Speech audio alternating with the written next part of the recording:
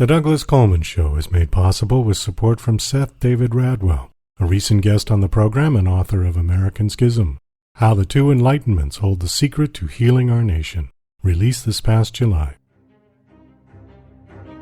As Publishers Weekly writes in its recent glowing book life review of American Schism, business executive Radwell's epic debut examines the historical influences that have led to what he sees as the collapse of politics in the United States. Seth Radwell makes the case that the current chasm between the American right and left can be traced back to the 18th century's Age of Enlightenment and the basic tenets of liberty, equality, and reason. American Schism provides a historical perspective that can help us fight today's unreason with reason and bridge current-day divides. American Schism by Seth David Radwell is available at Amazon, Barnes & Noble, and wherever books are sold. For more information, go to AmericanSchismBook.com. It's time for the Douglas Coleman Show. Mr. Smooth and Savvy is joined by guests from all walks of life, from the entertainment industry to authors to political and social commentators, the famous and not so famous, the controversial and the light and fluffy. We have it all. Now, here's Douglas Coleman.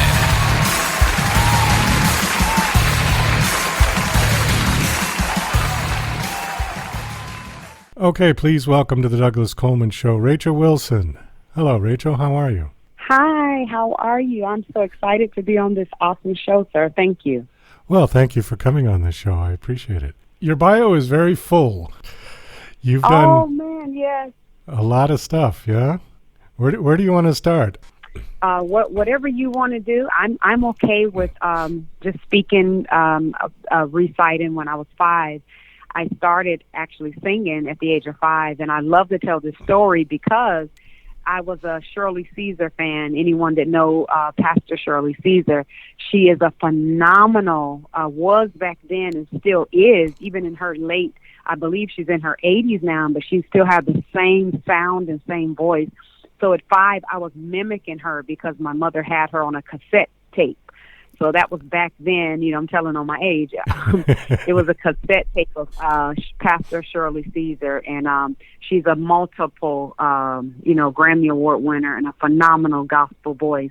And so my mom recognized the gift then, but as a result of that, she started putting me in different events to sing and, get up in the church for Easter. And so that's how the voice got discovered. And from there, it just, life just happens. I started leading choirs and leading national choirs. And then when I got married to my husband, we ended up going into studio. So as a result of studio, I released my first single called Happy in 1997. Oh, that's great. How did the single do? Yeah. Oh, well, to me, because I only wanted to go in studio to just produce one song. I never thought that my music would be played on radio. I just I had a song I wrote when I was 15 called Happy. And I wrote that song out of depression. I was actually kind of depressed at that time, depressed by not having a father and just struggles and things that I have to go through in my life.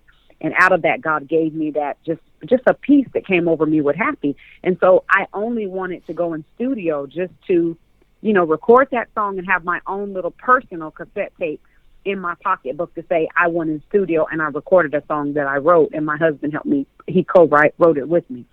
So that was it. But then when I got in studio, destiny unfolded, and the producer began to say, oh, my God, you have an amazing voice. We need to put this on radio. He said, I want to help promote you. I want to help push your music and have you sing at some events. And so it just began to unfold like a scroll, taking a scroll out of a bottle and just unfolding it. That's how my life was just unfolded. And so it did fairly well for me because I only expected it to, just be in my purse. But it went from there to us purchasing 250 copies, selling all of them, and getting it on radio. And, from 1997 to 2000, it's just scary to even say these numbers, 2021. It is like so many things have happened in my life, but I honestly would truly say to God be all the glory. Well, so you also have a ministry, is that correct? Yes, sir. My husband, and I honor him in his absence at this moment. Thank God for my husband, who would be listening, Pastor Ronald Wilson of Kingdom Vision Life Center, and I have been a co-laborer and a pastor along with him for over 23 years. And we're just an awesome outreach ministry that just love to build the community and share the kingdom of God, which is God's way of doing things on the earth. So we really just enjoy helping and loving people. How do you get people involved in your ministry? Because I know that religious organizations have sort of been on the decline in the United States over the past, 20, 30 years. It seems as if people are more interested in being influencers and being social media stars than they are in believing in religion. How do you get people involved into your ministry? Well, that's an awesome question, Mr. Coleman, because one of the things that we've learned, there's a scripture that said, he that winneth a soul is wise. So you have to be wise, and having wisdom, you have to understand times and seasons. And even as you just said, in the season of decline, you have to be current and understand how to be bait and how to win souls. And so one of the things that we've learned to do is just invest in people. That's right. Invest in people. We don't really push religion or, Jesus or Christ or anything over people's head. I think sometimes in Christendom that we fail in that area if you're trying to push something on someone. Instead, just be that living epistle. Just live the life of someone that care about people, that love people. Because we all know Jesus went about doing good. He did good in the neighborhood. And so me and my husband were very, very influenced in the area to just change one life at a time by loving them. You don't have to, preach Jesus and do all of those things to it, because sometimes I think we fail, like I said, on the religious side. We just do too much. There's nothing wrong with ministering that message of Christ when it's time. But I think more than people wanting to hear us preach about it, they want to see us show that we care. Be the hands and the feet of Christ by getting out in the communities, helping people, show people that you care, helping the homeless. Anything that we can do to support the community, we try to be the hands and the feet of Christ by loving them. I think that's a great idea. I think living the message rather than preaching the message, yeah? Yes, I agree. I think so. I think people would respect that more, because people can preach all day long, but if you don't live what you preach, people will exactly. see that very quickly, yeah? Oh, that's great. I'm happy to Absolutely. hear that. So you've also got, let's see, Girl Talk International. Tell us about that. Yes, absolutely. And again, thank you so much for this platform to allow me to, just exhibit these ministries that will edify everyone in the world. Girl Talk International was established 12 years ago, and we are a 501c3, I'm so proud to say, organization in this community as well. And it was established out of the passion just to reach women, primarily to help women that deal with domestic violence, that deal with abuse in any type of form. Girl Talk International is a safe haven where women can come in, they can get the help they need, they can get the self-help, they can get the resources. We have resources that we give them, help them get educated. There is no reason for any women to be left behind, because Girl Talk International have been established in our city, and I believe that because we are a resource center to help build the community. So I'm excited about that. Oh, I see. This is not, I thought it was a podcast. This is more than a podcast.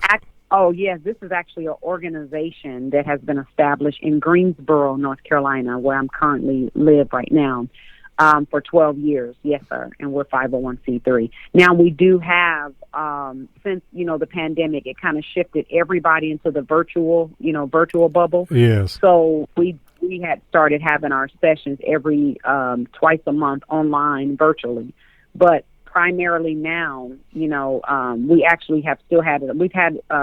We're going to be entering back into a physical building to have those sessions again real shortly in the near future. Oh, okay. So you're actually doing classes and coaching and mentorship, Absolutely. things like that, yeah? Yes, sir. Absolutely. And like I said, most of it is virtual. And one of the ways the itinerary or the tentative schedule is just primarily we use a topic because it's geared for women. Women wear a lot of hats, and so women have a lot of issues many times. And it's more than just one issue. So although we come to God and we go to church and, we go to those places, sometimes that at that moment may have helped one or two issues, but you still need side help like therapists and things of that nature. So Girl Talk is just that other place that you can come to and get more needed help, more needed time where you're able to ask questions, really, again, open your heart up, maybe some things you're going through. You're being able to get the access to resources to do better, get educated. We have a lot of people that have come through Girl Talk and that have been able to use that as a resource center to get educated, to get motivated, to get back in school. And as a result of that, we have registered nurses, we got principals, we have master degrees, bachelors, and just a lot of people, women, I'm talking about women, are getting educated as well because they found a center, a place where they can be motivated to get more education as well. So a lot of the women that would come through Girl Talk would be women who maybe have suffered from domestic abuse, violence, things like that? Yes, sir. Yes, sir. And it's all from everywhere because, thank goodness all of our women, including myself, I'm, the executive director, haven't all gone through no domestic violence, but it is an avenue. And, I advocate for those women as well. But we do have women that have come through these doors in the last 12 years that have dealt with literal domestic violence, rape, abuse, molestation, divorce, poverty, you name it, anything, low self-esteem, mental illnesses of all sorts. So it's a plethora of things that women deal with on a daily basis, just like men deal with. But this is just geared toward a resource center just for women to be that place, that safe haven, private place to get them help. Oh, that's fantastic. So what else is on your plate? You. What what else you got planned? What else you going to be doing? Well, as a singer in this season, I've been able to be fortunate to connect with and be signed with DAF Records. So as a result of that, we have an awesome song out called I Can. And I like to mention that as much as I can because to me, it's a affirmation. And I believe this is a song that God has allowed to be released in the earth to encourage people. I'm absolutely a stickler for gospel music. And the reason why is because gospel just means good news. And so when you think of good news, would you rather have good news or bad news? I'm a person that gets stimulated off of good news. And that's literally what gospel means, the gospel. And so we tell the good news, and I get a chance to do it. I'm very fortunate to do it through music. So I Can is good news, and it tells a brief story that I can do anything. And it's such a hope, and it also is very prophetic as well because it speaks life for your future. So I just want to encourage everyone that can. All of my music and everything that I have is on all of the digital outlets, iTunes, Napster, Amazon Music, you name it. I'm on all of the digital platforms, and I can be downloaded as well as if you need any other information. I'm on RachelWilsonMinistries.com as well, and that's my website. So all of my social media tags are the same as well, at Rachel M. Wilson 44. At Rachel M. Wilson 44, and you can find all of my tentative schedules and what I'm doing. I do have new songs on the horizon. I have a song that's written by Ben Tankard and arranged, and produced by, or should I say, not necessarily written, but he's rearranged it and produced it for me, and that's going to be coming out in the near future. I have a song written by Michael Mendengal, and these are major people that's like in the industry. Michael Mendengal was the engineer for the late Aretha Franklin. Oh. And so these are some of the people that I'm working with, and I'm looking forward to in the near future to produce those songs as well. So, it's a lot going on. I got some Christmas events that I'm going to be doing. I got some Christmas specials that I will be a part of, doing some Christmas songs as well. So it's a lot of things on my plate that I'm looking forward to doing. And all of it, my prayer is just to give God the glory and make him proud. Well, that's great. That's a great message. We do have to wrap this up. Thank you so much for coming on and sharing your, it's my your life and your story. Best of luck. Sounds like things are going well. Yes, sir, it is. Thank you. Hi, I'm Rachel Wilson, and you're listening to The Douglas Coleman Show, and I'm about to release to you my song, I Can. Enjoy.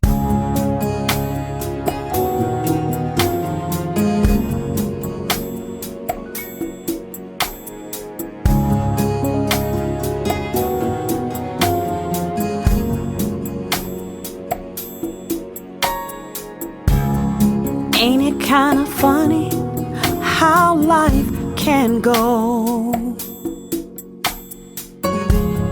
People thought they knew me, they just didn't know just how good you've been to me, Lord. I've got the victory. I can do anything, yes I can do anything, yes I can. People said for years I couldn't take it, I almost died. They said I wouldn't make it. Oh, how good you've been to me, Lord. Right now I can say I'm free. I can do anything. Yes, I can do anything. Yes, I can. I can reach my goals. Yes, I can. Yes, I can. I can do anything that I put my mind to. Yes, I can. Yes, I can. I can do anything.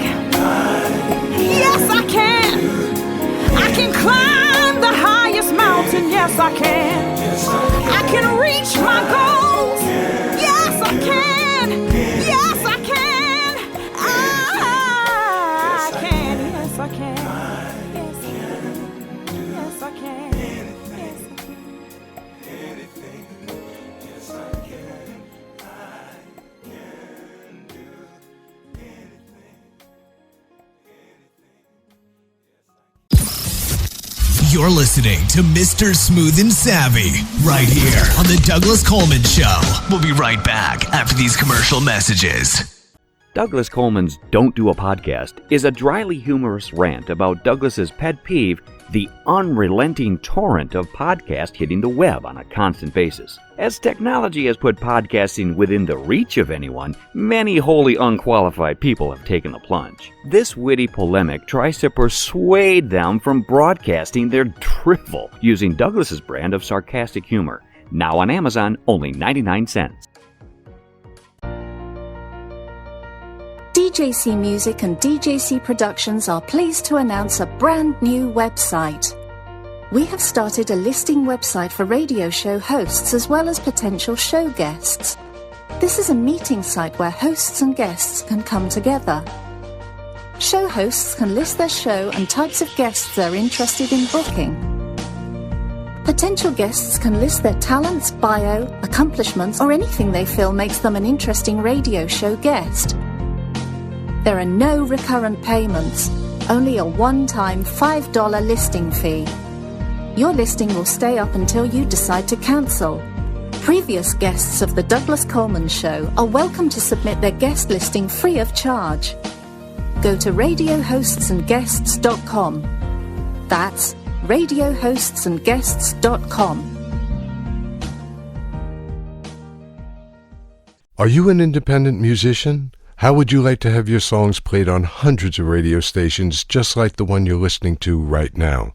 Join MusicSubmit.com and we'll promote your music to radio stations and blogs in your genre. It's free to set up your account, and we guarantee your music will be considered for airplay by radio stations worldwide. Why not sign up today? It's free. MusicSubmit.com. Radio promotion for indie musicians. Hey, this is Ray Powers. Don't touch anything.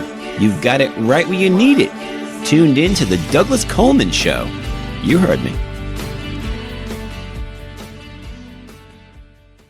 Okay, please welcome to the Douglas Coleman Show, Randy Van Dyke. Hey, Randy, how are you? Hey, I'm fantastic. Thank you so much for having me on your show.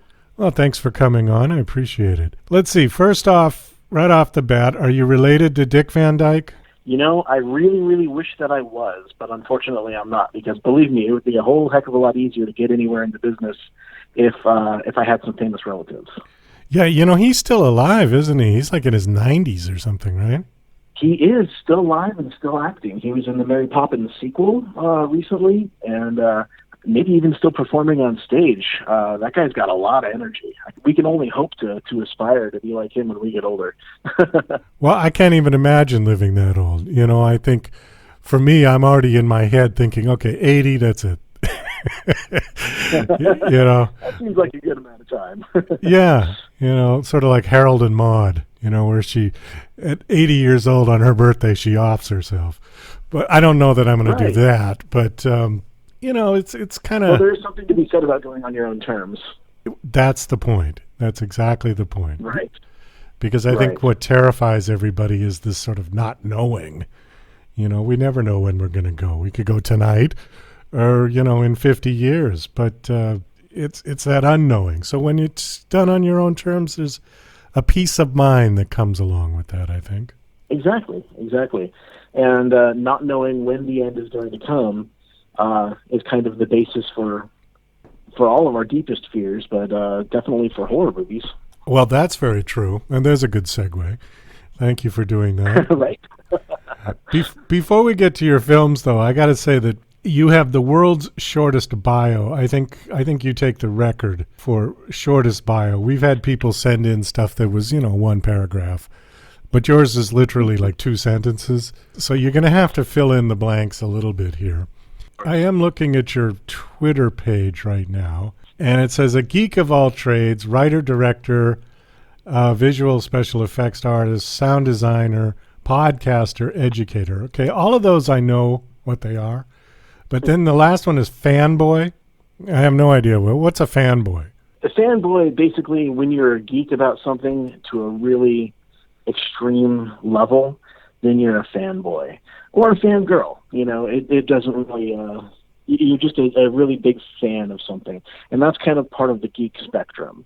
Like if you really geek out about something, if you're really big into pop culture, that kind of thing, if you're really into video games or specific types of movies, horror movies, comedies, you know, you can geek out about anything. And if you're really, really a big fan of it, you would be a fanboy or a fangirl.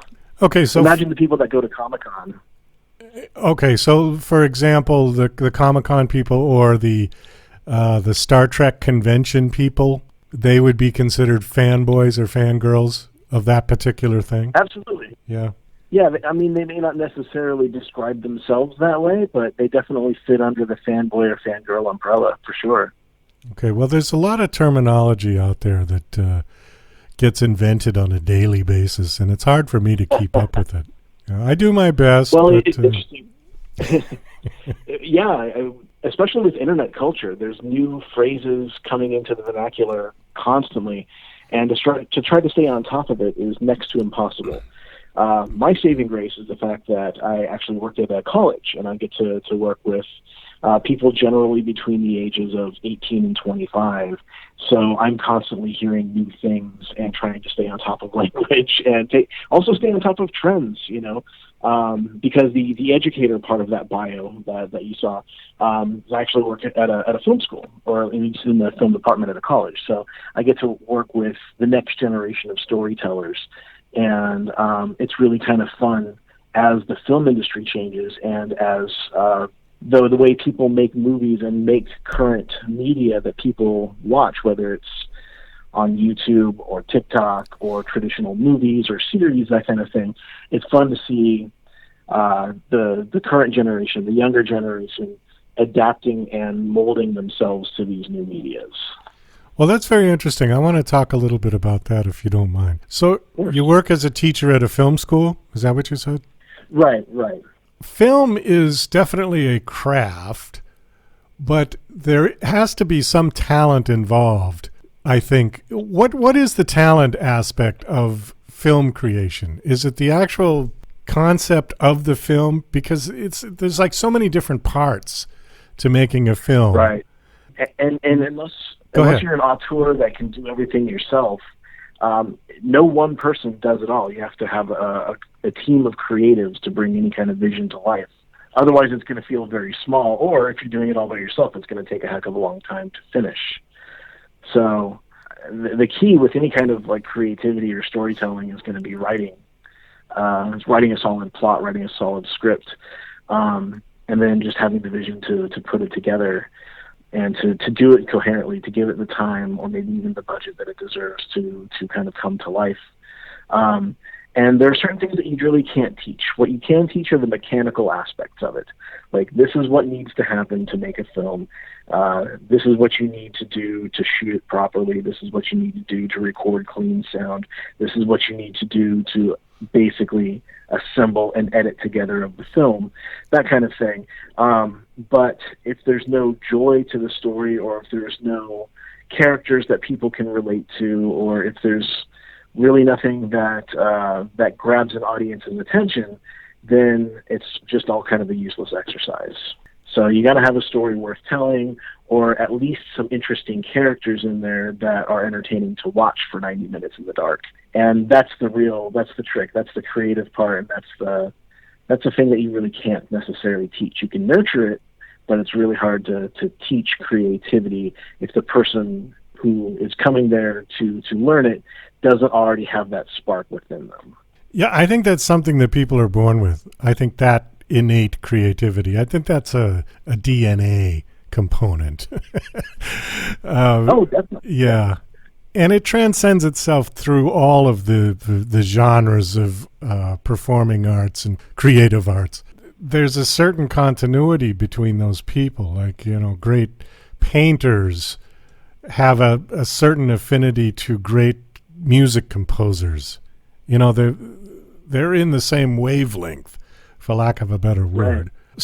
So at the film school, then, you're teaching the mechanics. You're teaching the cameras, the lighting, different techniques. A lot of film techniques are still used that have been used for a long time. You can go all the way back to like Chaplin and the way he was putting films together, like dream sequences. He did that dream sequence in The Kid, and that's right.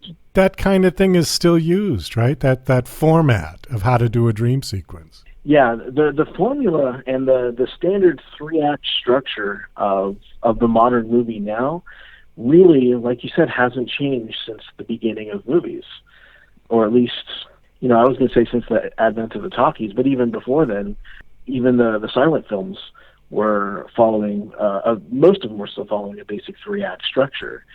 So yeah, the mechanics of that part hasn't really changed. And here's the thing that's going to blow your mind. Some of the equipment hasn't changed that much either. And specifically, I'm referring to like the lighting equipment. Now, of course, now we have modern LEDs that they don't burn as hot. You don't have to worry about blowing bulbs, that kind of thing. And you can make them any color without having to use gels to augment the color. Right. But a lot of the lighting equipment is still based on the same designs from when they were originally designed back in the 20s, 30s. Some of the basic lighting equipment. The only thing that's changed is basically the type of bulb being LED instead of incandescent. And when you tell people that, it just kind of blows their mind, because I can show them, look, this light was manufactured 10 years ago, and this one's from the 40s. And you look at them side by side, and they look almost identical. And it's just wild. Yeah, that's true. And also, I believe that microphone technology has not changed that much either, because you see those giant, now I can't think of the term, It's the one with the wafer in the middle. What is that? Cardioid? Yes, thank you. And, those have been around since the 20s, and I still use one here in the studio. It's a little smaller, but yeah. Yeah, sure. There's a big surge in people, not only in the film industry, but in music specifically, seeking out vintage microphones or vintage amplifiers for their guitars and stuff like that, because stuff that was made in the 50s and 60s sounds different and sounds better sometimes. And there in the camera world for cinematography, there's a big surge on vintage lenses, especially some of the more obscure ones, like some of the Eastern German lenses and some of the Russian lenses from the 60s and 70s. People are pulling those out, and they're getting really kind of a dreamy kind of look that you don't get with modern lenses. And when you have modern cinema cameras that are digital and they're super, super crisp and clear, you use modern lenses and everything kind of ends up having this sterile, clinical kind of look to it. Yeah. But you get some of these really neat old vintage lenses and you throw them on a modern camera, and all of a sudden you get this look. It's beautiful. It's soft. It's creamy. It's otherworldly, and it's something that's really, really kind of hard to get if you're just using all modern equipment. Well, now here's an interesting technical question. What's the difference between a lens that was done and made in the 1940s and a lens that's made now? Is it the way that the glass is shaped? It's not necessarily the way the glass is shaped. A lot of the designs, for example, I'm going to pick out one company in particular, Zeiss. They're a lens manufacturing company that has been around for a long, long time. And if you look at some of their designs from stuff, and I'm going to reference back to at least the 50s, 60s, and probably before then, but if you were to compare a lot of the designs with those lenses and current ones now, the lens elements inside the pieces of glass, the design is basically the same. The shape is basically the same. One of the biggest things that has changed in lens development over the last probably 30, 40 years has been the coatings that go on those glass elements, and specifically the one that go on the very front element of the lens, because that's going to be what reacts to light the most. You'll notice certain older lenses, if they don't have today's modern coatings, you're going to get lens flares really quickly. Whereas modern lenses, the coating kind of prevents that. Oh, then you'll get filmmakers like J.J. Abrams that really like their lens flares, and they'll do everything to add extra lens flares into there. But most of us are fighting against them, trying to keep them out of our image. It's funny you mention that, because when the last time I watched an episode of Star Trek, the new one with Chris Pine as Captain Kirk, I was like, my God, what is it with these lens flares? I mean, they were everywhere in that movie. Yeah. He was going out of his mind with lens flares. Yeah. And the other thing I've noticed, too, about modern day sci-fi movies is they tend to be bluish. Why is everything blue? I think so. You'll notice that there's a kind of a big trend, and you'll see it in sci-fi a lot. Blue and orange, like cyan and orange together on screen, they're complementary colors, so that they go really, really well together. And for some reason, that just seems to be the go-to for a lot of these movies. And you'll even see it in their marketing. A lot of the posters have a lot of blue and orange in them.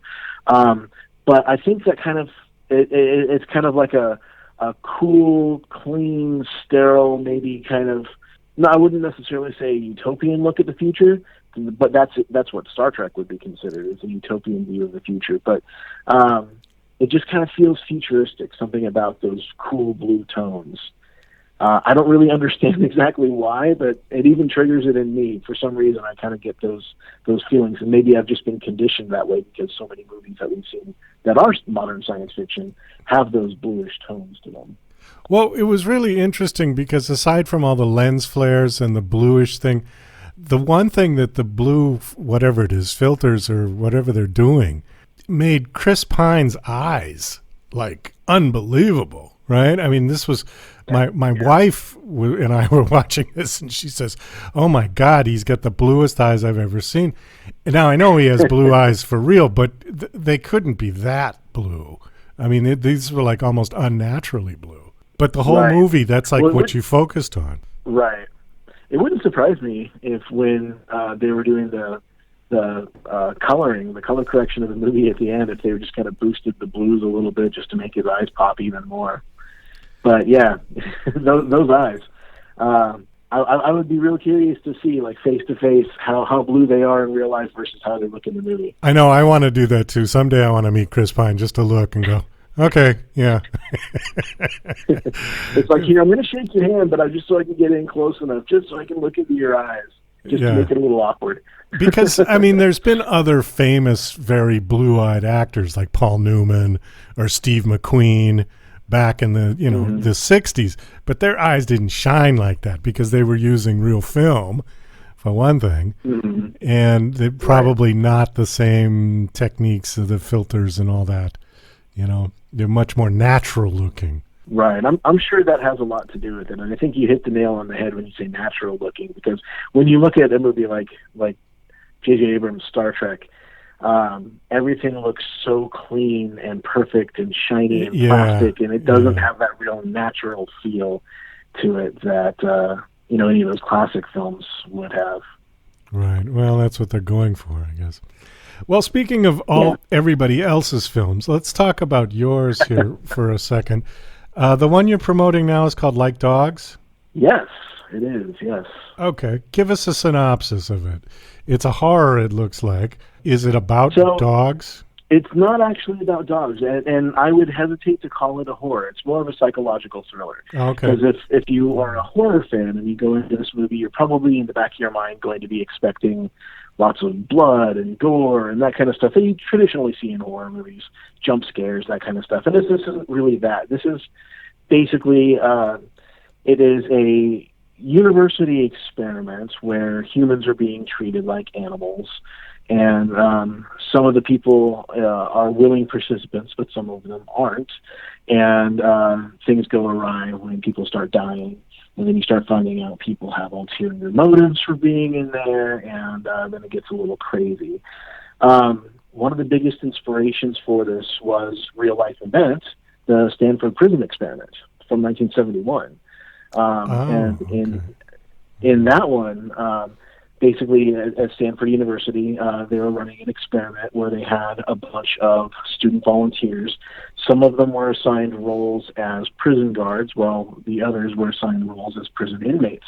And they were supposed to role play for 2 weeks and see basically the effects on the human psyche, what it would do to people who were randomly placed in those positions, one of power and one of powerlessness. And it only lasted for 6 days before it completely fell apart, because the people who were assigned roles as prison guards started to have a power trip. They started beating the inmates. It started having an emotional toll on the people portraying the inmates, that kind of thing. So the people that were running the experiment ended up having to pull the plug on it. And that was really fascinating as it was. And I was like, when I had first read about that, I thought, wow, that would be really interesting. What would be an interesting spin to do on a story like that today? Well, let's see what it would be like for humans to treat other humans like animals, and specifically like dogs. Would they be able to train them? Would they be able to break them? Would they, how far will a human go before they hit the point where they just kind of snap when they're being treated like an animal? So that was one of the inspirations. And the other one was the location that we had found for it. I was location scouting for another film that I had been working on at the time, and we found this abandoned animal shelter out in Riverside, California. And we were walking into this big kennel room. It was dusk. It was the backside of the building, and the location rep said, there's no working electricity back there, so you're on your own as we're exploring this place while we're location scouting. We open this door, and there's this huge kennel room, and it's where a lot of Like Dogs takes place. And there's just these cement cubicles, and they back when it was a functioning animal shelter, there probably would have been some chain link in there. That's where they would have kept dogs chained up. But I walked into this room, and it was almost completely dark. It was just lit by some skylights overhead with some dusk light coming in, and I was just like so creeped out by the environment of it. And I walked in there, and I said to a friend who was there with me, I said, I'm going to write a movie that takes place in here where we're treating humans like animals. I want to chain up humans inside of these kennels. Wow. And it started out as kind of a tongue-in-cheek joke, But that, with my kind of academic appreciation for the Stanford Prison Experiment, kind of worked together to create this story. Wow, that's amazing. Without giving too much away on this, you're saying it's more of a thriller than a horror film, so there isn't a lot of blood and guts? There's not. There's a few scenes with some blood and guts, and there's definitely some kills that happen on screen. Okay. But I would say it's a little bit of a slow burn. Oh, all right. Okay, I like those better anyways. Texas Chainsaw Massacre, I could almost laugh through at this point because it's just so over the top, you know. But it's good. It's a good kind of funny laugh, but I don't know. Yeah. One of the things that I wanted to do with this one was I wanted to basically anybody that's watching the first, whether you're watching the first 5 minutes of the movie or whether you're watching the first act of the movie, I want it to basically, I don't want you to have any idea where it's going to end up. You can watch the entire first 30 minutes of this movie and not have any idea how it's going to end. Heck, there's so much stuff that happens all the way up until like the last 5-10 minutes of the film that still keep you guessing with twists and turns, so that I guarantee you are not going to guess how it ends and how certain people die. But I wanted to do that on purpose. I wanted to avoid a lot of the horror movie tropes that make it predictable. But at the same time, I was always more scared by the terrible things that go on in the human mind and what the actual people are capable of doing, more so than a monster from a monster movie or something paranormal like that. It's like, I want to know what that guy across the street is thinking, because maybe there's some deep, dark thing going on in there. That terrifies me so much more than paranormal things. And that's something I really wanted to explore with this. And there are, not to give away too much of the plot, but there are multiple characters in this that are very twisted and have very strong ulterior motives and desires for doing what they're doing, and they're not going to let anything get in their way.